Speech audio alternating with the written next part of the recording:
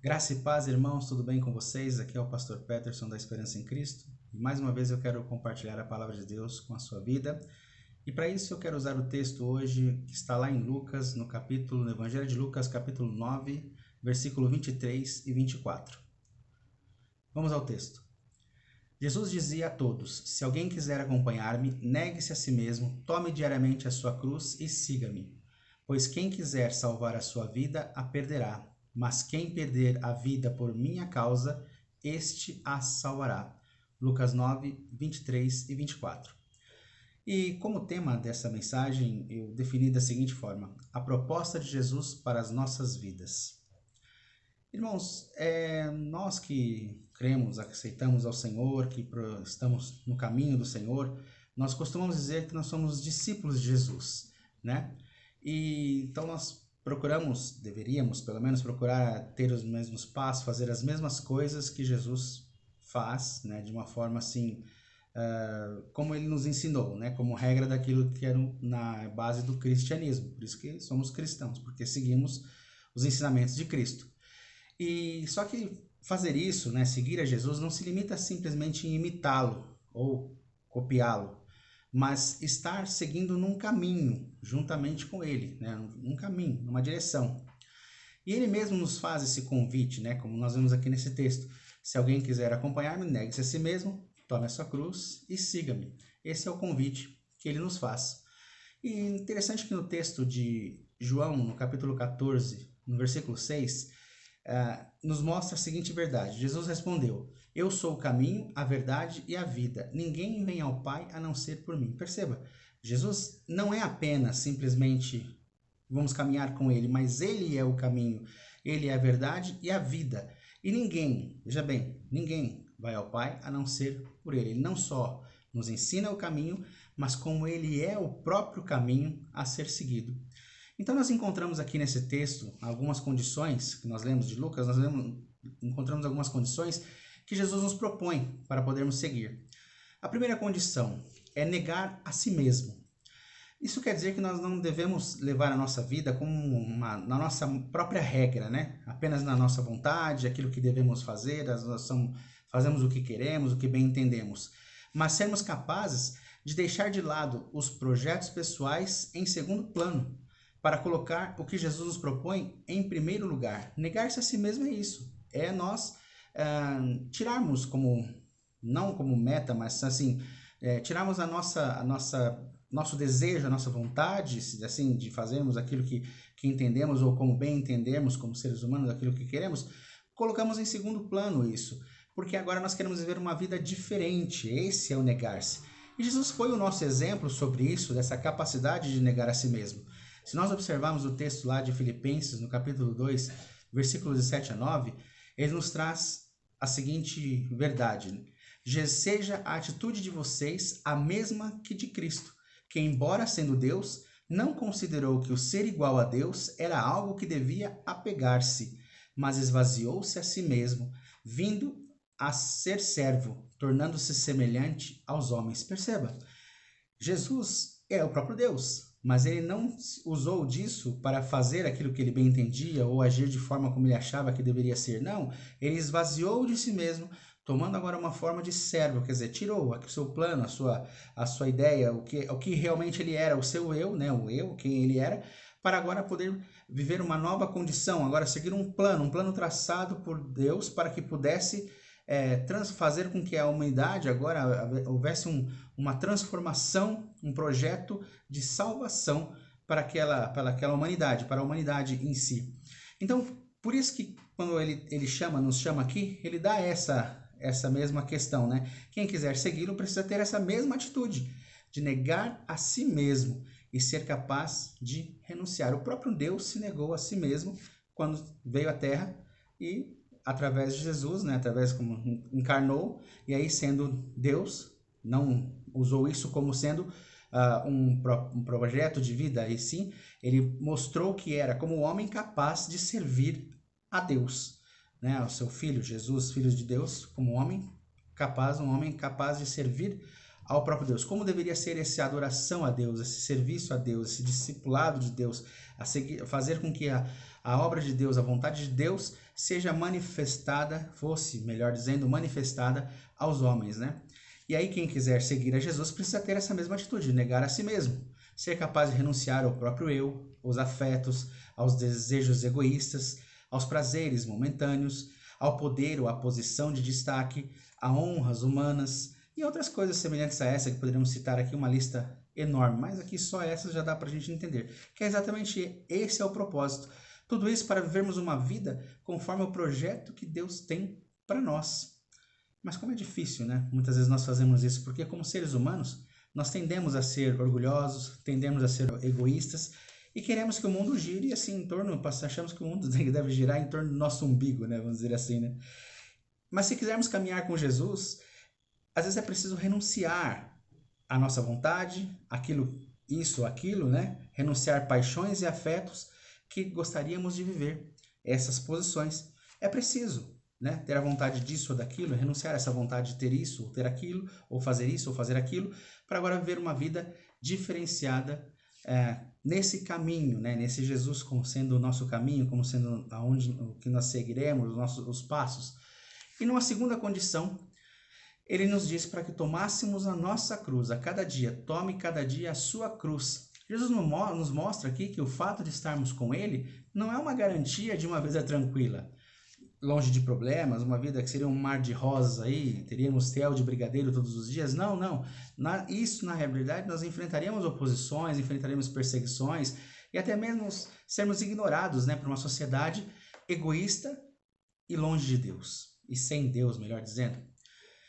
E o texto de João 16:33, Jesus nos afirma, tem essa afirmação de que não teríamos uma vida tranquila, que essa questão de levarmos cada dia a nossa cruz, é exatamente isso, é o aprendizado, é o discipulado, sendo transformado, sendo moldado, sendo melhorado, sendo modificado na minha vida dia após dia. E aí Jesus nos afirma em João 16:33 a seguinte verdade: eu lhes disse estas coisas para que em mim vocês também tenham paz. Neste mundo vocês terão aflições, contudo, tenham bom ânimo, eu venci o mundo. Então veja, Jesus venceu o mundo e com ele nós também venceremos todas as questões, nós também estaremos um dia lá com o Senhor, nós cremos assim, né, que estaremos salvos lá na glória com o Senhor. E perceba que não é só ter a paz, teremos sim paz com Deus, mas também teríamos aflições, teríamos dias que seriam maus, como estamos vivendo agora, dias maus, né? Mas era para que nós tenhamos o bom ânimo, para termos o bom ânimo para poder vencer toda essa batalha, para poder prosseguir. Porque dizer que seguimos a Jesus no momento em que a vida corre sem problemas é fácil. Mas o nosso verdadeiro compromisso com Cristo, ele é revelado durante as provações. Esse discipulado exige sacrifício, né? Que nós estamos falando de sermos discípulos de Jesus. O discipulado exige um sacrifício. E Jesus nunca escondeu que tudo isso tem um custo. Ele sempre foi muito claro nessa questão. E se nós aceitarmos voluntariamente a nossa cruz, é que poderemos ser chamados os seus discípulos. Somente se nós aceitarmos voluntariamente a nossa cruz, nós poderemos ser chamados de discípulos de Jesus. Em Lucas 14, 26 e 27, nós lemos o seguinte texto: se alguém vem a mim e ama o seu pai, sua mãe, sua mulher, seus filhos, seus irmãos e irmãs, e até a sua própria vida mais do que a mim, não pode ser meu discípulo. E aquele que não carrega a sua cruz e não me segue, não pode ser meu discípulo. Então veja, aqui estabelece, né, essa questão: aquele que ama mais a sua vida, aquele que ama mais a sua vontade, não dá para ser discípulo de Jesus. Aquele que ama mais aqui, né, não carrega a sua cruz, melhor dizendo, não leva a sua cruz, não está disposto a ser discipulado, a ter o bom ânimo no momento de tribulação, no dificuldade, no momento de rejeição, que não quer viver, né, não quer passar por esse processo, não pode ser discípulo de Jesus. E a cruz ainda nos faz lembrar do amor de Deus por nós, que levou a Jesus a se entregar por uma morte tão vergonhosa para nos trazer vida. Então veja que a morte de Jesus lá na cruz do Calvário, ela nos traz vida, e uma vida em abundância. Ela nos trouxe uma nova condição de vida, uma vida agora mais próximo da lei. Aliás, de Deus, melhor dizendo, né? Mais longe da lei e mais próximo de Deus. E aqui nós vamos entender isso lá em Gálatas 2, 19 a 21. Pois, por meio da lei, eu morri para a lei, a fim de viver para Deus. Fui crucificado com Cristo. Assim, já não sou eu quem vive, mas Cristo vive em mim. A vida que agora vivo no corpo, vivo-a pela fé no Filho de Deus, que me amou e se entregou por mim. Não anulo a graça de Deus, pois se a justiça vem pela lei, Cristo morreu inutilmente. Percebe? Que então a graça de Deus, a morte de Cristo trouxe vida e trouxe graça para nós, né? E agora Paulo aqui afirmando que já não ele não vive mais por si, mas Cristo vive nele. E é essa condição de discipulado que nós estamos falando, de transformação, agora de atitudes diferentes, atitudes de uma forma mais direcionada, né? No sentido de percepção de Deus, nós temos uma forma de transmitirmos através dos nossos atos, mostrarmos esse amor, né, do Senhor, né, daí para aqueles que estão à nossa volta, por nós mesmos ou aqueles mesmos que estão à nossa volta, exatamente por essa questão. E aí na terceira condição, nós vemos exatamente que é o seguir, que agora é o caminhar, é o estar junto. E seguir Jesus é perseguir os seus passos, é fazer aquilo que ele fez, anunciando a sua palavra, e não somente isso, mas através de ações que expressem o amor e o cuidado de Deus para com todos, trazendo graça e libertação. Então, assim, a minha atitude, a minha forma de ver o mundo, a minha forma de me posicionar diante das situações, vão impactar aqueles que estão à minha volta também, que aí vão começar a perceber e a querer exatamente aquilo que eu tenho, né? Que é exatamente aquilo que eu decidi fazer, né? Que é negar a mim mesmo, tomar a minha cruz e seguir a Jesus a cada dia. Então veja, que esse é um processo de discipulado, é um processo de vida com Deus, é um processo de estar perto de Deus, é um processo de estar seguindo a Jesus. E aí, nós vemos em João 14, 12, a seguinte verdade: digo-lhes que aquele que crê em mim fará obras que eu tenho realizado, fará ainda maiores do que esta, porque eu estou indo para o Pai. Então veja, não é algo impossível, não é algo que está além daquilo que nós possamos imaginar. Não, Jesus disse que naquela condição dele como homem, ele fez tais obras que expressavam a imagem do Deus vivo, expressavam a Deus de forma a que toda a humanidade fosse atingida por esse amor. Assim também nós podemos fazer quando nós temos atitudes semelhantes a de Jesus, que todos aqueles que estão à nossa volta, aqueles que estão ao nosso lado, quer seja pai, mãe, quer seja irmãos, quer seja amigo, quer seja até mesmo aqueles que de repente não vão muito com a nossa cara, todos esses são também constrangidos por esse amor de Deus revelado a nós, né? Através das nossas atitudes, através da forma como nós também agimos, como nós refletimos a Cristo, né? Para essas pessoas. Porque nós estaremos sempre na nossa vida nos confrontando com dois projetos desafiadores. O primeiro projeto é o projeto de Jesus caminhando com ele até a glória de Deus, nessa forma que nós estamos dizendo, de negar a si mesmo, de tomar a sua cruz e de seguir a cada dia nesse caminho, porque Jesus é o nosso caminho, Jesus é a nossa verdade, Jesus é a nossa vida, ou a tentação de seguir o projeto do mundo para sua própria glória, quer dizer, o que eu conquistar aqui, eu conquisto com os meus méritos e é aqui mesmo que eu recebo a honra e acabou. Na verdade, nós precisamos imaginar que em vez de imaginarmos, né, que perdemos a nossa vida por querer seguir a Jesus, devemos ter a consciência que seguir a Jesus é perder a vida neste mundo, mas para ganhá-la aqui e para sempre. Nós estamos dizendo de algo que é futuro, né, de algo futuro.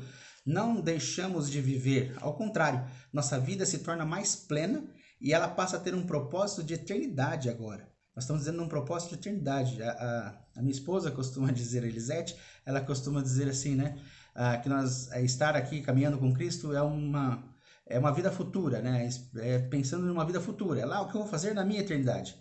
Então passamos a caminhar em direção ao céu, com uma vida mais próxima de Deus. Precisamos viver tudo isso em um espírito de entrega e adoração a Deus, renunciando à nossa vontade, abraçando a nossa cruz a cada dia e seguindo os passos de Jesus, para que a nossa vida possa ter um sentido melhor, né? Um outro sentido, não apenas um sentido de comer, beber, vestir, trabalhar e estudar e se formar e ganhar dinheiro e gastar e fazer isso. Não é só isso, né? Para ter um sentido muito mais profundo, muito mais verdadeiro, um sentido mesmo de eternidade, um sentido mesmo de estar com Deus, de uma vida de paz com Deus e paz consigo mesmo, né? Que essa é uma luta que todo ser humano aí busca, ter paz consigo e paz com Deus.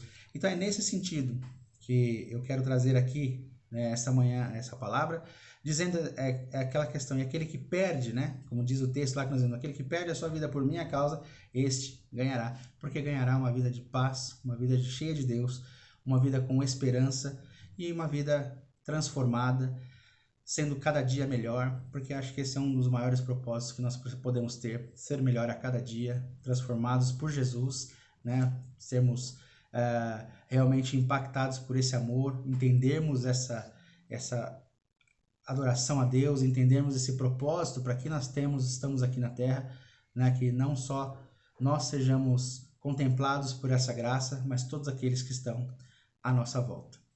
Amém? Então é isso que eu queria compartilhar com vocês. Que Deus abençoe a sua vida e até a próxima.